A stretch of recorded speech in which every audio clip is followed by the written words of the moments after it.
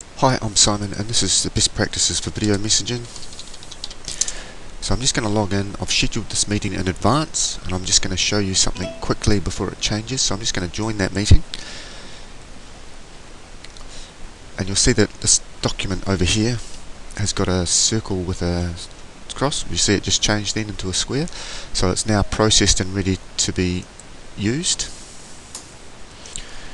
The next thing we want to do is we want to check our environment and make sure that what we're going to present is going to look good. So just click on your edit device settings and you've got your wee camera window there. So just make sure that you're in the center of the window, that you've got nice lighting and that you've got a nice background as well. And when you can see all that, just save the changes. When you're happy with the way you're going to look, save the changes. The reason we do that, we don't want to start the meeting and then fiddle around with the camera and move it and set up. We just want to start the meeting and have us straight in there and ready to go.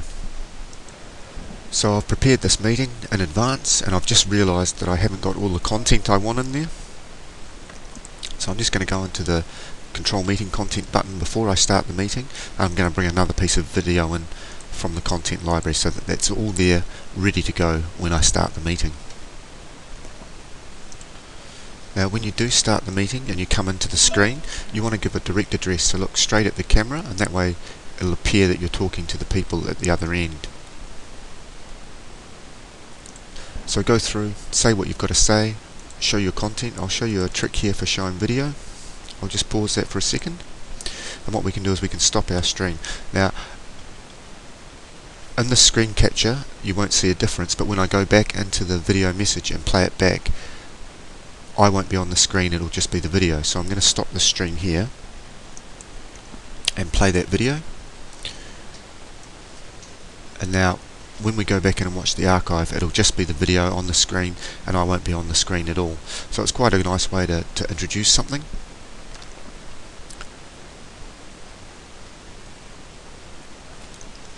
So I'm going to pause that there and start my stream again just by clicking the circle, start stream.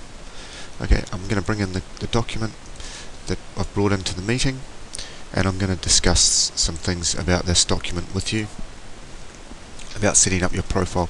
You want to make sure that you've got a profile picture when you save your video message or when you play your video message back. You can do it before or after the meeting, it's no problem. So again, the key things to think about are good lighting, nice background and direct address. Okay, I'm going to stop this meeting now and we're going to go through and I'm going to show you the sharing the meeting process. So that's it, that's my video message. I come up to today's date and get the drop down list and view the summary.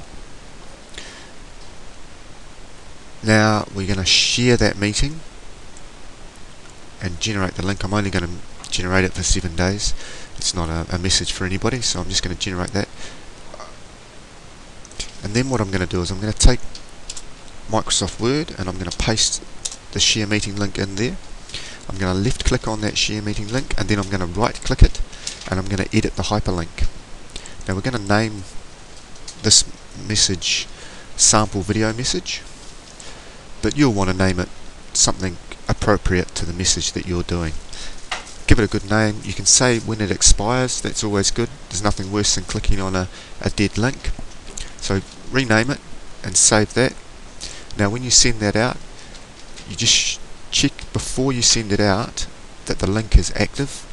Sometimes a character can get knocked off the end or something funny can happen and the link might not be active anymore, so just check it before you send it out.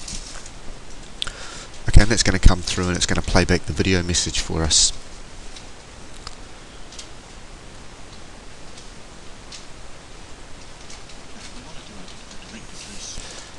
So once you're happy that you've got your message there, you're good to go. So there's a couple of options from here.